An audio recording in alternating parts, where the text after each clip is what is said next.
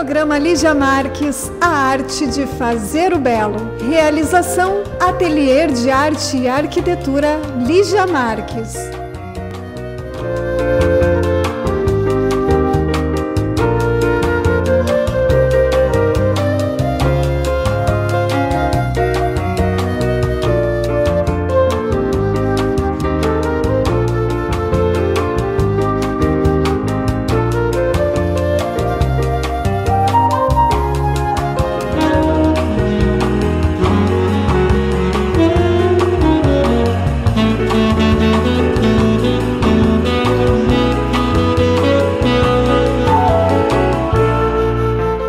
Olá! Nós vamos reprisar alguns programas exibidos nos últimos anos, agora no verão de 2022, para você se divertir, se inspirar, refletir, abrir o canal da criatividade, se planejar para o ano que inicia. Então, em janeiro, a gente ainda faz algumas exibições inéditas e em fevereiro algumas reprises que eu escolhi para a gente passar as férias juntos. Muito obrigado pela sua companhia e a gente continua se vendo nesse ano de 2022, que o programa Lígia Marques, a arte de fazer o belo, completa o seu 3º ano de existência. Um grande abraço e eu espero você.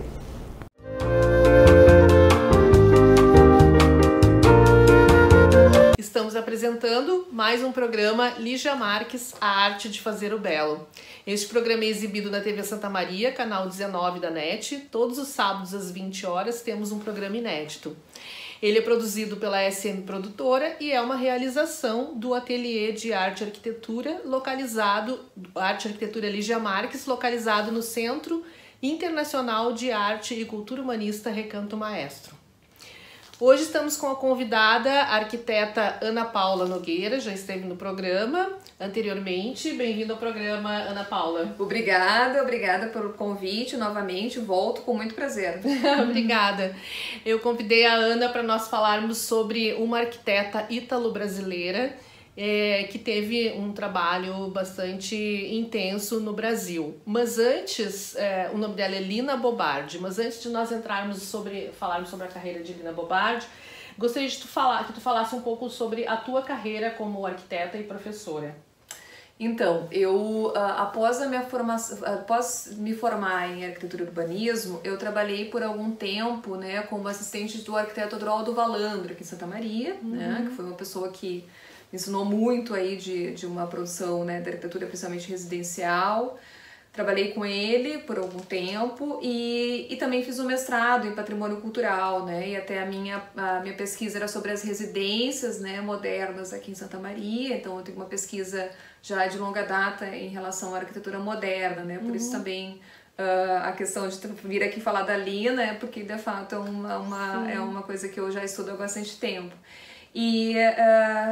Enfim, cursei o mestrado, depois eu acabei então entrando, eu também fui professora na FISMA, no curso técnico de transações imobiliárias, né, que foi também um período que me capacitou, né, nesse processo de formação como professora. E depois eu também fui sócia do arquiteto Marcos Benedetti, que hoje tem o escritório Moa Arquitetura, né, eu fui sócia dele por quase um ano também, até que a docência me colocou numa posição de escolha, né? Ou a docência ou o escritório de arquitetura. E desde então, desde 2013, né, eu me dedico exclusivamente à docência, né? Na docência, então, eu acabo exercendo, agora também já inicio o doutorado também, né, na URGS, e na docência eu consigo experimentar muita coisa, e tem uma produção grande, assim, eu acho, né? Que é com projetos de extensão e projetos de pesquisa, né? Na área de patrimônio, principalmente, né? E também com cinema, né? Tenho já alguns projetos de extensão que estou com ainda em andamento, que a gente trabalha com levando, né, as sessões de cinema a escolas públicas. Olha, e aí bacana. Fazendo uma discussão com os adolescentes, né, do ensino médio né? E os estudantes de arquitetura falando sobre direito à cidade, direito à habitação. Que bacana, que lindo esse projeto. É, muito interessante, assim. Então, a docência é, de fato, a minha vida, assim, né? Porque não é apenas a sala de aula, né? Sim. A gente tem aí um que a trabalho gente bem se apaixona, maior. né? A gente se apaixona como docente, realmente já fui, também me entreguei de cabeça, a gente abandona o escritório e quer fazer, e quer ser um bom profissional como professor. Isso depende também de muita pesquisa, né? Por isso o mestrado, o doutorado, né? Ele demanda isso. A gente tem de estar sempre estudando, sempre pesquisando, né? Uma leitura infinita, né? Eu vejo assim que eu cada vez mais me afundo nos livros e não tem fim, né? Toda vez eu vou lá, né, num site de compra de livros e isso eu vejo. E a biblioteca da gente só vai aumentando, só vai né? aumentando. Quando eu fui professora também, eu tinha mais de 5 mil livros, né? Eu preferia comprar, porque a gente se sente melhor quando tá pesquisando e até preparando uma aula. É melhor a gente ter os livros próximos, né? Com certeza. Assim. E o currículo dela é vasto mesmo na pesquisa, porque eu li e é muito bacana, muito interessante. Podemos fazer uma outra entrevista sobre essa questão do cinema que eu adorei saber. Adoraria. Então, vamos falar sobre Lina Bobardi. Onde é que Lina Bobardi nasceu? Ela era uma arquiteta modernista e como é que então foi iniciando a carreira dela? Então, a Lina Bobardi, né, é uma arquiteta ítalo-brasileira, né? Ela se naturalizou brasileira quando veio para cá, né, na década de 50. Mas ela é italiana, né? Nasceu em 1914, né? E ela estudou arquitetura, foi, né, uma pessoa interessante a história dela, né? Porque desde criança o pai dela era pintor, né? Ele pintava, né? Também, ele trabalhava, né? Mas exercia também a pintura nas horas vagas, né? E ela aprendeu a desenhar com ele, né? E é interessantíssimo na produção pensando principalmente nessa perspectiva humanista, né? Que os desenhos da Lina Bobardi, desde a infância até o final da carreira dela, antes da morte, ela sempre representou a arquitetura com as pessoas, né? Então, você nunca vai encontrar um desenho dela que não estejam várias pessoas, que ela não esteja pensando em como as pessoas estão usando aquele espaço. Então, ela é uma arquiteta que sempre se preocupou muito com como as pessoas usufruiriam do espaço que ela projetava, né? Então, isso é uma das coisas mais belas, né? E isso é desde a infância. Isso é muito interessante, porque, inclusive, já tive acesso a algumas imagens, assim, dos desenhos dela da infância. E é clara, assim, essa perspectiva dela, né? Ela acaba na Itália, se forma, né? Ela também, imagina, em 1922, né? Com a ascensão do Mussolini, ela era uma pessoa super questionadora, né? Ela estudou em Roma e em Milão? Estudou em Roma e depois ela foi para Milão, depois de formada, já que ela foi para Milão, que ela foi trabalhar, né? Principalmente com mobiliário. E inclusive fazia parte, né, da revista Domus, né, que ela escrevia sobre arquitetura. E isso também foi uma coisa bem forte na carreira dela. Ela sempre teve participação com as revistas da arquitetura. Quando ela veio para o Brasil, ela também escreve na Habitat, né, que é uma revista importante também de arquitetura no Brasil a partir da década de 50. E isso tem, então, um valor importante na vida dela, né? Ela se forma, vai para lá. Esse contexto, né, de nazista, né, em que ela, de certa forma, se forma, né? Sim. Ele vai ter uma marca profunda na postura dela. Ela é uma pessoa extremamente crítica, né? E isso eu tenho certeza que teve uma influência direta com o modo de ela olhar as pessoas, o modo de ela encarar a cultura, a sensibilidade, né? Eu acho que isso teve uma profunda marca, assim, na produção dela. É possível mesmo. E quais trabalhos, além das revistas, né, que ela desenvolveu na Itália antes de vir para o Brasil, e quem foram os mestres dela? Então, assim, os mestres, a gente tem a relação com o Bruno Zev também, Bruno né? Zev. Enfim, e também tem a questão, né, do trabalho com o mobiliário, né, com o desenho de mobiliário. Na verdade, na Itália, ela teve muito mais trabalho em relação a isso, né, como designer de mobiliário e trabalhando em revistas do que com arquitetura, né? Mais, na verdade, né, na produção dela lá. E aí ela vem pro Brasil por quê? Então, a relação dela com o Brasil tem muito a ver, né, com o casamento dela, né? Ela se casa com, ainda na Itália, ela se casa com o Pietro Maria Bardi, né? Ele era casado, depois ele acabou se separando e se casou novamente com a Lina, né? E o Pietro, eles conheceram justamente por esse contexto do trabalho dela com as revistas e com artistas, né, da época, então teve essa relação importante, né? E quando ela vem, então, eles vêm para o Brasil numa viagem, nessa viagem eles conhecem o país e o Pietro recebe o convite para ser curador do MASP, né, do Museu de Arte de São Paulo. E eles voltam até para a Itália e decidem se mudar, né? Na década de 50 eles decidem se mudar para o Brasil. Então a vinda dela tem essa relação, na verdade, inicial, né? Com essa necessidade do Pietro vir para cá. Claro que quando eles viajam e vêm para cá, ela se encanta com o Brasil, né? Sim. Isso é uma coisa bem interessante, né? Tanto é que a obra dela é marcada, né, pela profunda relação com a cultura brasileira nas obras. A gente enxerga a cultura brasileira nas obras ali na Bobardi de uma forma... Então ela viveu as duas grandes guerras lá na Europa. Inclusive o escritório dela foi bombardeado. Sim, né? Também. Teve mais essa situação. E aí depois, então, ela vem pro Brasil. Como é que ela se sente, então, aqui? E como é que ela começa a construir a carreira dela... A se introduzir na sociedade brasileira? Então, acho que uma das primeiras, né, manifestações, duas grandes manifestações importantes, né, e obras importantes dela no Brasil, e de início de carreira, vão ser então o MASP, né, que é então como o Pietro trabalhava como curador, ela teve então essa oportunidade de fazer o projeto do MASP, né, e também a casa dela e do marido, né, em São Paulo também, que é a Casa de Vidro, né? Enfim, que fica no Morumbi.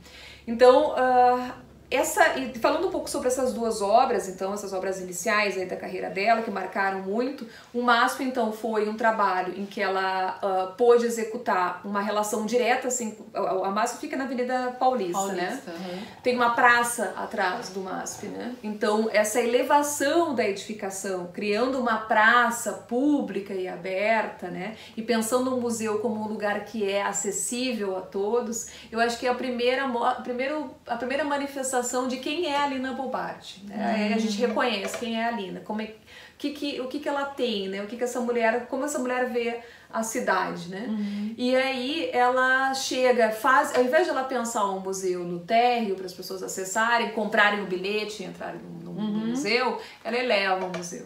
Então, ali a gente cria um grande espaço público e que permite que as pessoas atravessem e enxerguem a praça ali, né? É um respiro na Avenida Paulista, né? Porque a edificação se eleva, né? Então, e ali acontecem várias manifestações. Quem já foi no MASP vai ver, né? São, enfim, feiras, né? Exposições. Então, é um lugar mais democrático possível. A coisa de ser uma caixa de vidro também, que o volume superior, então, onde está o museu, é justamente isso, né? Que se pudesse visualizar as obras de fora. Por isso que era uma caixa de vidro, né? Então a gente conseguia as obras enxergar, dentro do museu, as obras poderiam ser vistas, né? Claro que depois, né, com o tempo, em função da própria armazenamento, né? Aí acaba se fechando, né? Tendo que se usar algum tipo de proteção em função disso.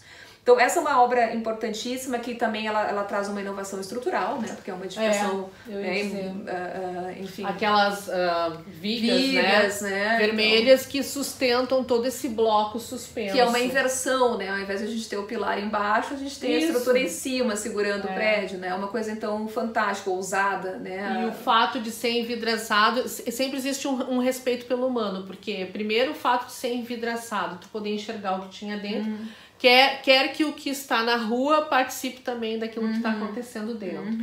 E segundo, quando tu faz um espaço livre, onde tu estás na Avenida Paulista, tu enxerga o outro lado, daquele prédio, tu não tem um bloco, né, uma barreira que te bloqueia, é sempre um respeito, uma integração, né? Com certeza. Com vários espaços, vários elementos. Isso diz muito, né, da postura dela, né? De como ela enxergava a arquitetura. Então ela não foi...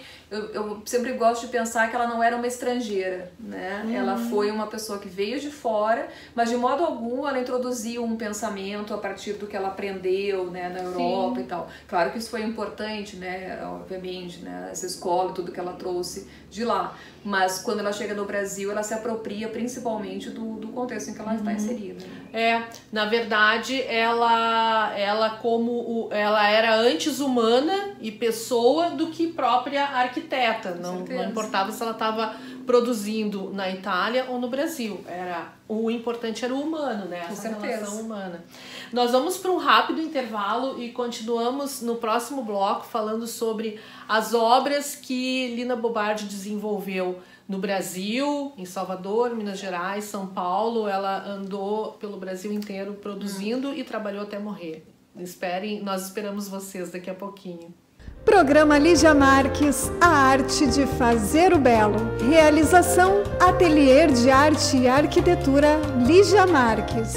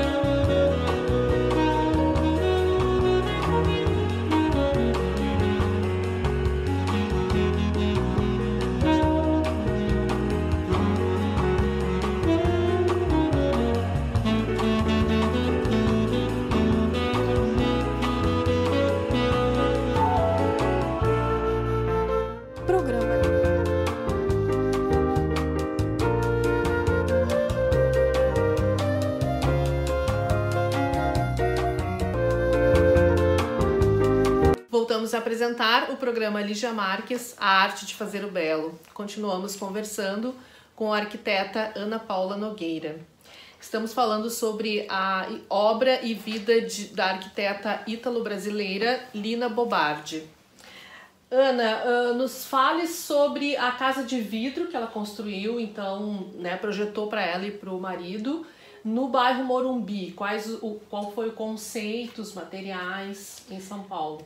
Então, a casa de vidro é interessante pensar, né, nesse potencial que eu até comentei quando estive aqui falando sobre o Mies van der Rohe, que é o potencial experimental do projeto arquitetônico residencial, né? Então, a casa, ela permite, principalmente os grandes arquitetos da história, eles fizeram nas suas casas grandes experimentações, né? E a casa da Lina Bobardi, ela fica num contexto, então, de bastante vegetação, né? Na época que foi construída a edificação não era tanta, mas hoje quem for visitar a casa, né, que é uma casa, então, um museu, né, da Lina Bobardi, vai ver que a casa ela está inserida no contexto de muita vegetação. E a vegetação ela não é uma vegetação ordenada, né, organizada, como uma vegetação, um controle de vegetação à la Versalhes, né? Muito pelo contrário, a vegetação ela tem uma relação quase promíscua com a casa, né?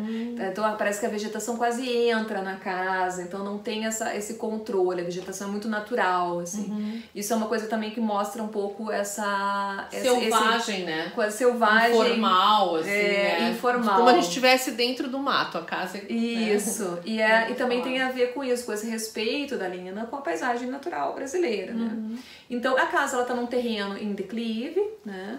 Então parte da casa está assentada na parte plana, né? Então onde é assentada a edificação.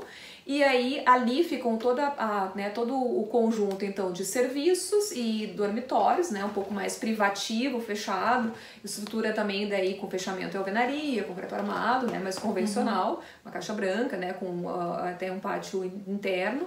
E o volume onde existe então a área social, né, a área coletiva da casa, digamos assim, ela fica justamente nesse balanço, né, nesse declive, né, é uma caixa de vidro suspensa, né, apoiada por pilares esbeltos, né, metálicos, cujo acesso à residência se dá justamente numa escada aberta, né, naquele contexto, e que a gente sobe e acessa a casa, né. Aí tem uma porta para acessar a casa. Ali tem uma porta, daí tu entra, acessa, né, a casa, mas é belíssima, né, até inclusive eu acho que tem uma foto famosa da Lina Bobardi, que é ela na escada, né, então a gente vê ela na escada, aquela escada totalmente, né, suspensa, embaixo do edifício, né, com os pilotis e a vegetação, né, ali totalmente, né, enfim, livre, né, e ela na escada, né, então é uma foto bem interessante, assim. E essa casa, ela mostra um pouco, então, desse perfil dela, né, de pensar esse espaço coletivo como uma grande área social, porque a planta livre, essa possibilidade da planta livre, ela tem a ver também com as novas relações das pessoas dentro das casas, né, que é instigar e potencializar a comunicação, né? Então essa coisa, por exemplo, da casa compartimentada, né, que cada um fica no seu quarto, enquanto um tá na cozinha, outro tá na sala de jantar, outro tá na sala de estar, não, é todo mundo no mesmo espaço, estudando, vendo TV, ou conversando, ou jantando, e isso faz, então isso oportuniza um outro tipo de relação entre as pessoas que estão na casa, né? Então essa casa, ela conseguiu trazer bastante disso, ao mesmo tempo então que ela se insere de forma muito delicada, né, no contexto São geográfico. espaços integrados, né? E o que me chama atenção também, claro, ela tirou partido do terreno, que o terreno era inclinado, ele era com menos vegetações, mas na verdade esse conceito foi por causa da topografia do terreno. Por causa da topografia, né? Porque ela conseguiu então ter essa caixa suspensa apoiada em pilotis, né? Então ela respeita a topografia, né? Ela não altera a topografia. Exatamente. Isso não era por causa de uma vista que ela queria ter, né? Pra sim, estar lá também. Em cima. Também? Também tem uma vista interessante e tal, mas tem muito, então, são valores associados, né? Interesses associados. Mas há uma questão importante a ser considerada, que é esse respeito à topografia. Porque ela não trabalha com aterro, né? Ela respeita a natureza, faz os pilotis, é muito interessante. Intervenção mínima, né? É verdade. Esse é o ponto mais interessante. Esse é um conceito também modernista, né? Até há um interesse, né, por vários arquitetos importantes, né, principalmente da arquitetura, o próprio Frank Lloyd Wright, por exemplo, né, que é essa intenção da arquitetura se mimetizar um pouco mais com a natureza, ela tem uma intervenção menor na natureza, né, isso é um ponto interessante. Legal. Vamos falar, e isso é uma obra que já existe há uns 70 anos, né? Sim, década de 50. Vamos falar então sobre uma outra obra dela. Tu pode citar qual foi a obra-prima dela, e também eu gostaria de falar sobre algumas obras como o Sesc São Paulo e que foi o Sesc Pompeia, que foi uma intervenção numa indústria. É isso? Então, era uma fábrica de tambores, né? E essa fábrica, ela ficou abandonada, né, sem uso por muito tempo, né? Ela da década de, não me lembro exatamente, acho que da década de 20, 30, a edificação. Então, ela é bem caracterizada, né, pela chaminé, né, uma grande chaminé, né? Ela é caracterizada pela repetição de galpões, né, com tijolos à vista e tal, né? Então é um conjunto clássico, né, de fabril, assim, né? E que quando a fábrica fecha, né, ela começa então, ela acaba ficando em desuso por bastante tempo. O Sesc Pompeia compra esse terreno na década de 70 e chega a contratar outro arquiteto para fazer uma intervenção para, né, se criar o Sesc naquela localização. O arquiteto que vê essa obra, ele propõe destruir todos os galpões e fazer uma edificação nova. Quando eles conversam com a Lina diz, não, é isso aqui, né? O que existe aqui é o que tem de mais belo. E aí tem várias referências, né? Inclusive, por exemplo, quando ela foi visitar o lugar, e ela tinha muito isso, né? Ela ia lá, ela tentava se inteirar com a população, como que as pessoas usavam aquele lugar, que não tinha uso, mas as pessoas usavam. As crianças iam lá jogar futebol. E um dia ela foi lá, inclusive, ela conta essa história, né, que é interessante, que ela viu as crianças pulando, brincando nas poças d'água. Então, por isso que em vários lugares, né, da Sesc Pompeia, por exemplo, a gente vê alguns espelhos d'água dentro da edificação. É uma referência, né, a isso que ela... Da pesquisa dela. Ela faz uma pesquisa, né? E respeita o uso. É uma arquitetura interessantíssima, né? Ela até inclusive fala que daí a edificação nova que ela cria, que é onde ela coloca, daí então ela recupera, né, os galpões, né? Faz uma intervenção mínima, inclusive na estrutura, ela deixa os galpões bem originais, né? Ela valoriza inclusive a estrutura fabril, né? Ao invés dela né, tentar modificar a estrutura fabril, não, ela valoriza aquela arquitetura fabril. Isso é uma coisa importante no patrimônio, né? Porque o patrimônio, por muitos anos, esteve interessado, né, em grandes obras e teatros, né? Então, o patrimônio fabril, que é o patrimônio do trabalho, é importantíssimo, né? E ela valoriza isso quando ela faz essa intervenção. O edifício novo, ela diz até que é uma arquitetura pobre, né? Que é uma arquitetura... Mas ela não fala disso como sendo uma coisa ruim, pelo contrário, né? Ela diz que é uma arquitetura simples, né? Ela tem um concreto aparente, né? Então, ela monta o escritório dela dentro do Sesc, né? Inclusive, então, ela tem um escritório dentro do canteiro, assim. Então, pra vocês compreenderem a relação que ela tinha com aquele lugar. Ela, de fato, se apropriava do lugar para projetar, né? Então, é uma obra interessantíssima, tanto pela proposta, mas pelo modo como ela interpretou aquele lugar. Que legal. E também, lógico, a arte de usar o tijolo na arquitetura, nós temos obras belíssimas também, é uma outra história comparando com o concreto, que também tem sua arte. Interessante. Né? E sobre o trabalho dela em Salvador, lá no Pelourinho, é isso? Ela teve tem duas fases da Lina em relação a Salvador, né? A Bahia. Que ela tem, num período na década de 60, ela vai a Salvador, 58, 60, ela vai a Salvador, né? Chega a fazer uma proposta de reurbanização do Pelourinho, né? De intervenção, né? Para valorização do centro histórico do Pelourinho.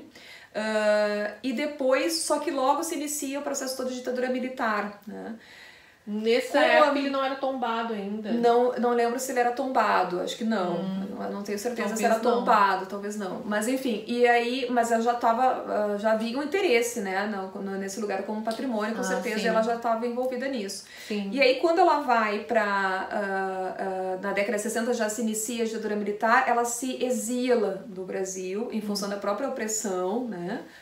Política, né, que passa a existir no país, e ela volta para a Itália, né? Então ela fica um tempo na Itália e depois na década de 70 que ela volta para o Brasil. Aí na década de 80 é que ela retorna para Bahia, e ela tem uma obra que daí eu sugiro, né, quem puder conhecer, que é a Casa Benin, né, o Museu Benin, em Salvador, que é uma obra para mim interessantíssima, né, que ela faz uma relação, porque em Salvador a maior parte dos escravos que vieram, né, para o Brasil, para a região de Salvador, vieram do Benin. Então, tem uma relação importantíssima, né, de que a cultura do Benin está muito inserida na cultura de Salvador, né? Então, ela compreende isso, as raízes africanas da arquitetura brasileira, e ela faz esse museu trazendo muito da arquitetura africana para dentro daquele lugar, assim. Então isso é uma coisa impressionante também. É isso que caracteriza ela também com essa relação popular que é dita sobre a história dela. E ela também produziu um trabalho que era um teatro, que eu acho que é considerado um dos melhores do mundo, é isso? O Teatro Oficina é um teatro totalmente diferente, né? Ele é um teatro... na verdade ele fica no bairro do Bexiga, em São Paulo, né? Hoje até está em disputa, né, do território, porque, enfim, o terreno é propriedade de outra pessoa que já está interessada, teve até um processo aí de querer se demolir o teatro e construir um shopping, né? Enfim. Mas o Teatro Oficina, ele é um teatro, então, bem diferente do que a gente conhece, né? Ele é um teatro, então, ele é uma grande caixa, né? Comprida, né, alongada, né, um edifício retangular, né, e ela rompe com a relação do palco e da plateia, né. Então, assim, o palco, o edifício é mais alto, né, então tem uns mezaninos, né, e as pessoas ficam nos mezaninos ao redor, né, desse palco que está lá no térreo, né.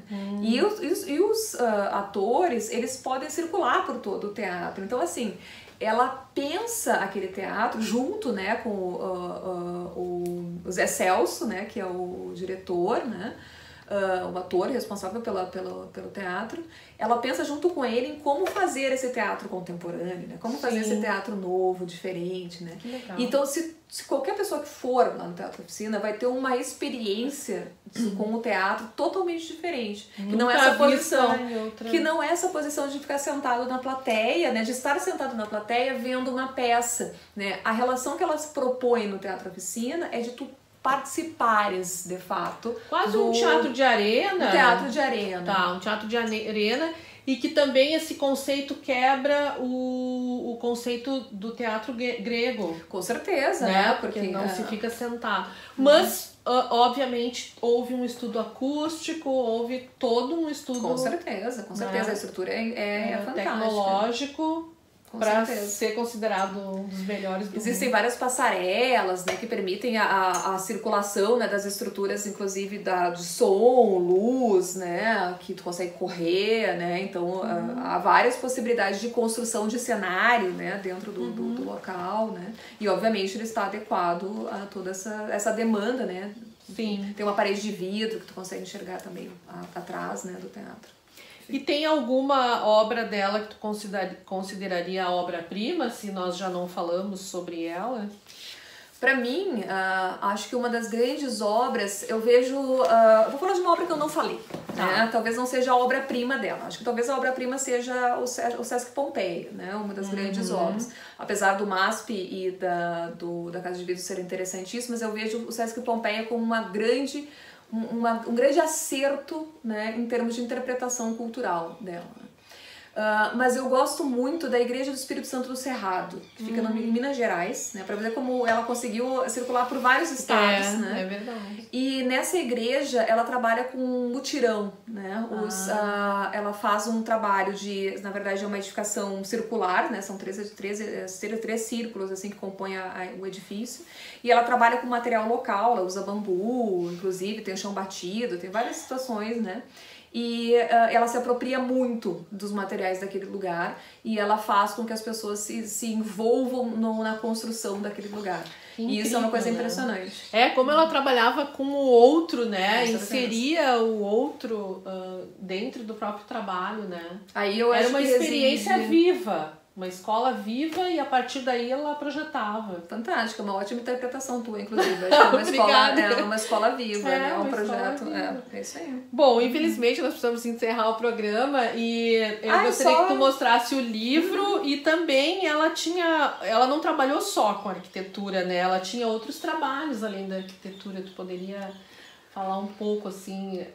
Na Itália ela trabalhava com mobiliário, mas aqui no Brasil ela também desenvolveu essa parte. Sim, ela trabalhou muito com mobiliário, né? Quem visitar a casa dela na Casa de Vidro, por exemplo, vai identificar vários móveis. Ela pensa em tudo, em todos os detalhes, né? E com moda também ela trabalhava? Chegou a trabalhar com moda, desenho, design, enfim. Né? A revista, né? Que era uma coisa bem importante também da produção dela, né? Essa participação nas revistas. Como eu falei, ela já tinha isso lá na Itália, ela traz também para o Brasil, né? Ela é uma arquiteta muito... ela rompe com essa noção do arquiteto como um técnico apenas, né? Ela entende a arquitetura como uma técnica, mas ela faz a arquitetura no sentido mais amplo, né? A arquitetura é arte, mas também é ciência, né? Aquela frase, a arquitetura é uma arte, uma ciência, né? E aí ela faz isso, né? Ela consegue fazer dessa forma. Então ela entende que a arquitetura não é só o edificado mesmo, né? A moda tem a ver com isso também, o vestuário, tem a ver com o comportamento com as pessoas, né? Compreender o comportamento das pessoas, isso... Fala do teu livro, então. Então, o livro, né, esse livro se chama Intérpretes do Brasil, né, o livro, então, ele é organizado pelo professor Valdo Barcelos, professor da educação lá da UFSM, e, na verdade, eu recebi o convite para participar desse livro, porque, na época, o professor, ele me convidou e me falou... Ana, tens algum personagem, algum arquiteto brasileiro ou arquiteta brasileira que tenha sido uma intérprete da nossa cultura, né? E aí eu escolhi e escrevi um capítulo então nesse livro falando sobre a Lina Bobardi, né? Defendendo a ideia de sim a Lina Bobardi como uma grande intérprete da nossa cultura, né? E aí eu abordo inclusive as 3 obras, né? Uma obra em São Paulo, o Sesc, né? Uma obra na Bahia, que é o Museu Benin, e a Igreja do Espírito Santo do Cerrado Cerrado, em Minas Gerais, justamente abordando isso, né? Sugiro, gente, aqui tem, né, vários outros textos falando sobre grandes outros nomes da arte, né, e da literatura brasileira, e entendo então a Lina Bo Bardi como uma grande personagem, uma arquiteta, artista, técnica total. Legal. Então, falando dessa questão de ela ser intérprete, né, e fazer bem feita essa questão do Brasil, é aquela questão da identidade. Ela nunca negou a identidade do brasileiro ao projetar arquitetura no Brasil. E isso é uma questão importantíssima. Claro, com certeza. Tanto para desenvolver o projeto para um cliente, um único cliente, ou uma família, ou uma empresa, né? Eu sempre escrevo isso às vezes nas minhas redes sociais. Não importa, você tem que valorizar, e para o coletivo, às vezes é mais amplo e mais difícil, no paisagismo a gente encontra isso também. Então tem que conviver com essa comunidade, fazer essa escola viva, esse exercício, para poder tirar o máximo da função e da necessidade do humano. Com certeza. E depois colocar a tua arte, a tua criatividade para criar os outros elementos, material, cor. É nesse olhar para o humano que reside também a capacidade criativa, né?